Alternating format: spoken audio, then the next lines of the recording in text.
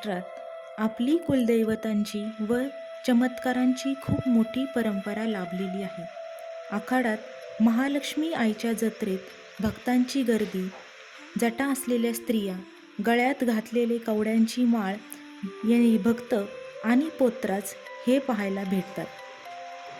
जत्रा म्हटलं की डोळ्यासमोर येतो तो लहानपणीचा आनंद, पाळणे, खेळणी, खाण्याची चंगळ याची आठवण येते.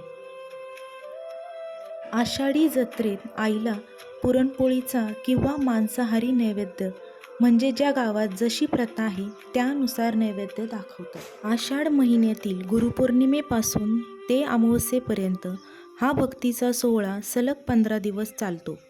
आईच्या दारात भक्ती सोहळा रंगतो. तो केवळ एक धार्मिक विधी नसून आनंद, कृतज्ञता आणि सामाजिक एकतेचा एक मोठा उत्सव असतो. आई राजा उदो उदो चा अखंड गजर केला जातो.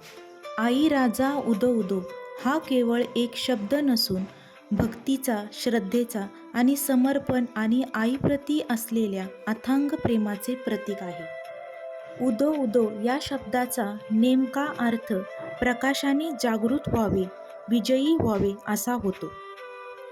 आपली महालक्ष्मी आई ही केवळ एक देवता नाही, तर ती घरातील ज्येष्ठ सन्माननीय व्यक्ती म्हणजे राजा आणि मायेची पाखर घालणारी आई आहे. ती संपूर्ण सृष्टीची चालक आहे, म्हणूनच तिला आई राजा असे म्हणतात. तिच्या चरणी लीन होऊन सगळा अहंकार गळून पडतो. हा जयघोष महाराष्ट्राच्या मातीशी आणि संस्कृतीशी इतका जोडलेला आहे की जेव्हा जेव्हा आई राजा उदो उदो या चैतन्य देणाऱ्या मंत्राचा गजर होतो, तेव्हा आपले डोळे आनंदाने भरून येतात आणि प्रत्येक भक्ताला प्रत्यक्ष आई आपल्या पाठीशी उभी असल्याचा भास होतो.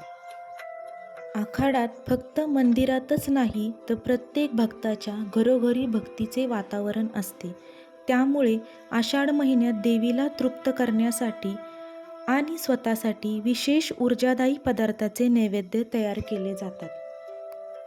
गुळाचा किंवा साखरेच्या गोड पुऱ्या, लाल तिखट मीठ घालून किंवा ओवा टाकून केलेल्या तिखट पुऱ्या, घारगे, कापण्या आणि दही भाताचा नैवेद्य दाखवण्याची पद्धत आहे. ज्या घराण्यामध्ये किंवा गावामध्ये कुलपरंपरेनुसार मांसाहारीची प्रथा आहे, तिथे आषाढ महिन्यात देवकार्यानिमित्त मटण भाकरीचा नैवेद्य दाखवून नवस फेडले जातात. श्री महालक्ष्मी आईचे सौंदर्य हे अत्यंत विलोभनीय, विस्मयकारक आणि सात्विक तेजाने भरलेले आहे.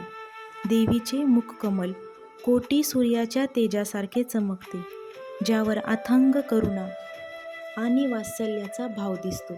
आईचे डोळे कमळाच्या पाकळ्याप्रमाणे सुंदर आणि विशाल आहे. आईच्या ओठांवर हलके आणि मधुर हास्य आहे. आईचे शरीर सुवर्ण अलंकारांनी मढलेले आहे.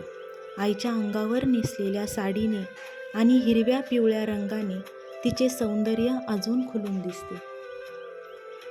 आईच्या मंदिरामध्ये एक छोटंसं तांदळाच्या किंवा पाषाणाच्या गोल व उभट मोठ्या आकाराची मूर्ती असते. ते महालक्ष्मीच्या रक्षकाचे काम करणारे आपले कुलदैवत शिवाय भगवान शंकराचे एक रूप मानले जाते. त्यांना म्हसोबा म्हणतात. ते स्वभावाने अत्यंत सरळ आणि चुकीच्या वागणाऱ्यांसाठी उग्र मानले जातात. त्यांना नारळ, सुकामेवा आणि खडीसाखराचा नैवेद्य दाखवतात. महालक्ष्मी आई ही संपूर्ण क्षेत्राची स्वामिनी आहे आणि म्हसोबा देव तिच्या आदेशाने या पवित्र भूमीचे 24 तास राखण करणारे देवता आहे. आपल्या महाराष्ट्राच्या लोकसंस्कृतीत मुख्य देवतांइतकेच त्यांच्या क्षेत्रपालांनाही अनन्यसाधारण महत्त्व आहे, ज्याचे उत्तम उदाहरण म्हणजे आईच्या देवळात पाहायला मिळते.